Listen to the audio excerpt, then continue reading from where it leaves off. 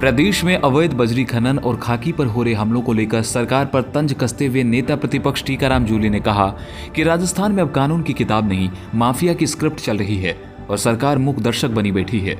जूली ने तंज भरे लहजे में कहा कि जो सरकार मंचों से कानून व्यवस्था का ढोल पीटती है, उसी के राज में अरावली का सीना छन्नी हो रहा है और बजरी माफिया बेखौफ होकर खाकी को कुचल रहा है। केकड़ी जैसे मामलों का जिक्र करते हुए उन्होंने कहा कि जब पुलिसकर्मी खुद मान रहे हैं कि विधायक के फोन पर कार्रवाई रुक जाती है, तो फिर जनता की सुरक्षा का दावा सिर्फ पोस्टर और भाषणों तक ही सीमित रह जाता है।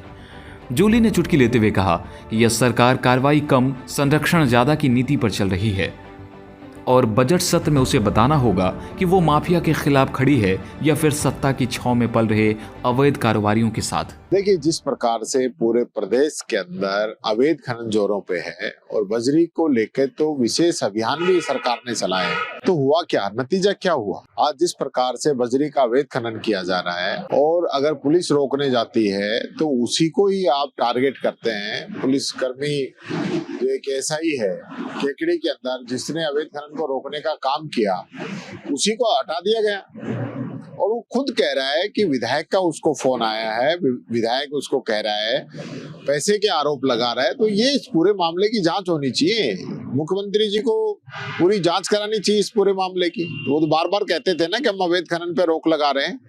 अभी जब अरावली का मैटर आया तब आपने बहुत बड़ी बड़ी बातें की थी कि हमने अरावली की जो अवैध खनन है उस पर कार्रवाई कर रहे हैं, बजरी के अवैध खनन पे हम कार्रवाई कर रहे हैं। तो यही कार्रवाई है क्या? आपने कई एसएचओ को सस्पेंड किया था, उन सब के बावजूद इस प्रकार की हालत है, तो आप समझ सकते हैं कि आपकी सरकार के अंदर क्या हो रहा है, आपके राज्य के अंदर क्या हो रहा है। और मैंने तो पहले ही कहा था कि आपके विधायक, आपके मंत्री खुद जो है इनमें शामिल है। तो आज ये सारी बातें सामने भी आ गई। अब देखता हूँ आप कितनी कार्रवाई करते हैं। सत्र भी आ रहा है, उसमें भी हम बात रखेंगे।